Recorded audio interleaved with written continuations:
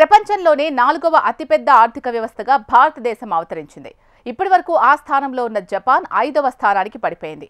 మన దేశ స్థూల దేశీయ ఉత్పత్తి 4.19 లక్షల కోట్ల డాలర్లకు చేరుకుంది. అంటే భారత కరెన్సీ ప్రకారం సుమారు 356 లక్షల కోట్లు. మనకన్నా ముందు అమెరికా, చైనా, జర్మనీ ఉన్నాయి. తాజా గణాంకాల ప్రకారం జర్మనీని కూడా దాటి 3వ స్థానానికి చేరేందుకు ఎక్కువ కాలం పట్టకపోవచ్చు. ప్రధాని మోదీ వికసిత భారత ప్రణాళికలో ఇది అతి పెద్ద ముందడుగుగా చెప్పొచ్చు. మరోవైపు వచ్చే 2 ఏళ్లలో భారత్ అత్యంత వేగంగా అభివృద్ధి చెందుతున్న ప్రధాన ఆర్థిక వ్యవస్థగా అవతరిస్తుంది అని IMF అంచనా వేసింది. ప్రపంచంలోనే 4వ అతిపెద్ద ఆర్థిక వ్యవస్థగా నిలిచింది భారత్. ప్రస్తుతం ఉన్న 5వ స్థానం నుంచి జపాన్ను దాటేసి 4వ స్థానంలోకి వచ్చింది. దేశ స్థూల దేశీయోత్పత్తి 4.19 లక్షల కోట్ల డాలర్లకు చేరుకుంది. అంటే భారత కరెన్సీ ప్రకారం సుమారు 356 లక్షల కోట్లు. జపాన్ కంటే 4.187 బిలియన్ డాలర్లు అధికంగా మన ఆర్థిక వ్యవస్థ ఉంది.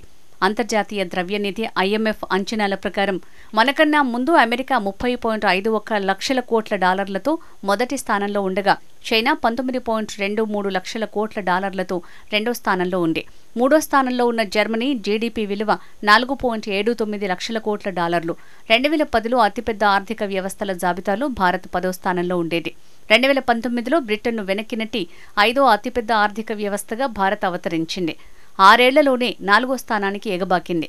2026 దేశ ఆర్థిక ఏడాదికి దేశ నామమాత్రపు జీడీపీ దాదాపు 4187.017 బిలియన్ డాలర్లకు చేరుకుంటుందని IMF world economy outlook April edition నివేదిక తెలిపింది.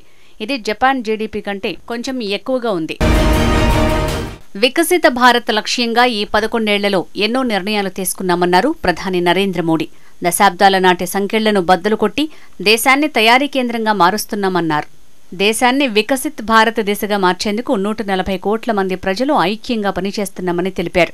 గుజరాత్లోని దాహోద్లో 24,000 కోట్ల విలువైన అభివృద్ధి పనులకు శంకుస్థాపనలు, ప్రారంభోత్సవ కార్యక్రమాల్లో ప్రధాని మోడీ ఈ విషయం తెలిపారు. భారత్ కా లక్ష్య अपने यहां गरीबी को दूर करना है, अपनी अर्थव्यवस्था को मजबूत करना है, खुद को विकसित बनाना है.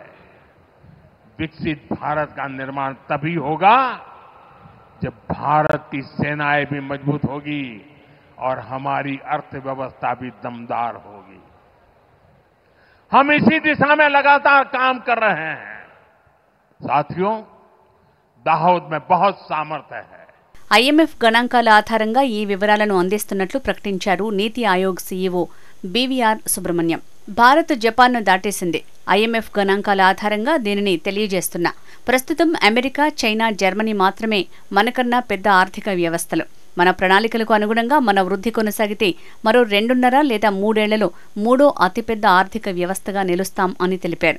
ప్రపంచ అస్థిరత సవాళ్ల నేపథ్యంలోనూ మన దేశ ఆర్థిక వ్యవస్థ స్థిరంగా వృద్ధిని నమోదు చేస్తూ మార్గదర్శిగా నిలుస్తోందన్నారు సుబ్రహ్మణ్యం. పెట్టుబడులకు గమ్యస్థానంగా ప్రపంచ దృష్టిని మన దేశం ఆకర్షిస్తుండటం వల్లే ప్రస్తుత ఘనత సాధ్యమైందని వివరించారు. ఈ ఏడాది ఏప్రిల్లో IMF విడుదల చేసిన వరల్డ్ ఎకనామిక్ అవుట్లుక్ నివేదికలో 2025లో భారత్ 4.19 ట్రిలియన్ డాలర్ల జీడీపీతో జపాన్ను అధిగమించి 4వ అతిపెద్ద ఆర్థిక వ్యవస్థగా అవతరిస్తుందని అంచనా వేసింది. దీనికి తగినట్లుగానే కేవలం నెల రోజుల వ్యవధిలోనే భారత్ 4వ స్థానానికి చేరుకోవటం విశేషం. భారత్ 5 ట్రిలియన్ డాలర్ల ఆర్థిక వ్యవస్థ లక్ష్యంతో ముందుకు వెళ్తోంది. 2025 నాటికి 5 ట్రిలియన్ డాలర్లు అంటే 4,25,86,000 కోట్ల ఆర్థిక వ్యవస్థగా రూపొందాలని భారత్ 2018లోనే లక్ష్యాన్ని రూపొందించుకుంది. ఈ లక్ష్య సాధనకు భారత విభాగాలు మాత్రమేగాక వివిధ పరిశ్రమల విభాగాల నుంచి నిపుణులతో ఒక కోర్ గ్రూప్ని కేంద్ర ప్రభుత్వం ఏర్పాటు చేసింది. అయితే మధ్యలో ముంచుకొచ్చిన కరోనాతో ఈ అంచనాలు తలకిందులయ్యాయి. యావత్ ప్రపంచం కరోనా మహమ్మారి కారణంగా స్తంభించిపోయింది. భారత్ పైన తీవ్ర ప్రభావం పడింది. అంత పెద్ద ఉత్పాదం సంభవించినప్పటికీ స్థిరంగా అడుగులు వేస్తూ 4.187 ట్రిలియన్ డాలర్లకు చేరుకున్నాం. జపాన్ను అధిగమించి 4వ అతిపెద్ద ఆర్థిక వ్యవస్థగా నిలిచాం. త్వరలోనే జర్మనీని అధిగమించి 3వ స్థానాన్ని కైవసం చేసుకునే దిశగా భారత్ అడుగులు వేస్తోంది. భారత ఆర్థిక వ్యవస్థ కరోనా కారణంగా 2019-20లో వృద్ధి రేటు -5.78కి పడిపోయింది. 2021లో పుంజుకుని ఏకంగా 9.68% వృద్ధి రేటును నమోదు చేసింది. 2021-22లో 6.99%, 2022-23లో 7%, 2023-24లో 7.61%గా నమోదైంది. మొత్తంగా భారత్ స్థిరంగా అడుగులు వేస్తోందని ఈ గణాంకాలు స్పష్టం చేస్తున్నాయి.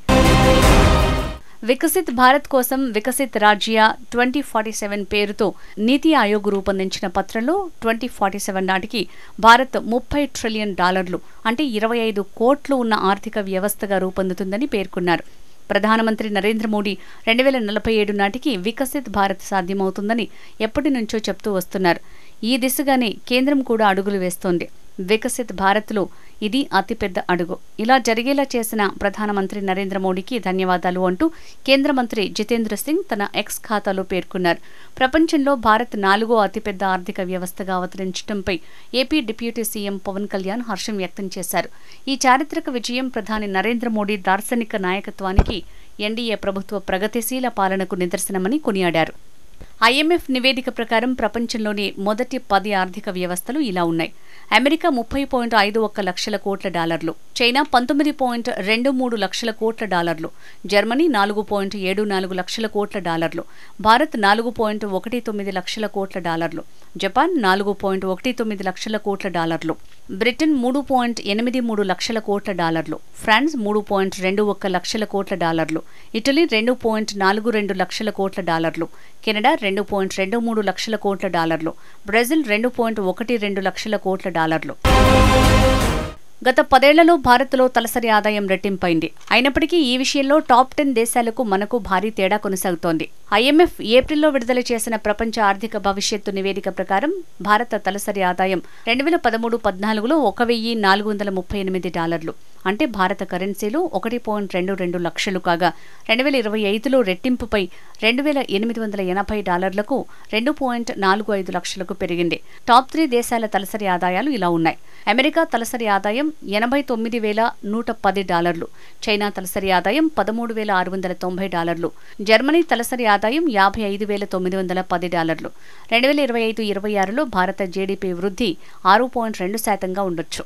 వాణిజ్య ఉద్రిక్తతలు, అంతర్జాతీయ అనిశ్చితుల నేపథ్యంలో గతంలో అంచనా వేసిన 6.5% కంటే వృద్ధి రేటు నెమ్మదించొచ్చు. అంతర్జాతీయ వృద్ధి 2025లో 2.8%గా ఉండొచ్చు. గత అంచనా కంటే ఇది 0.5% తక్కువ. 2026లో అంతర్జాతీయ ఆర్థిక వ్యవస్థ 3% వృద్ధి నమోదు చేయొచ్చు.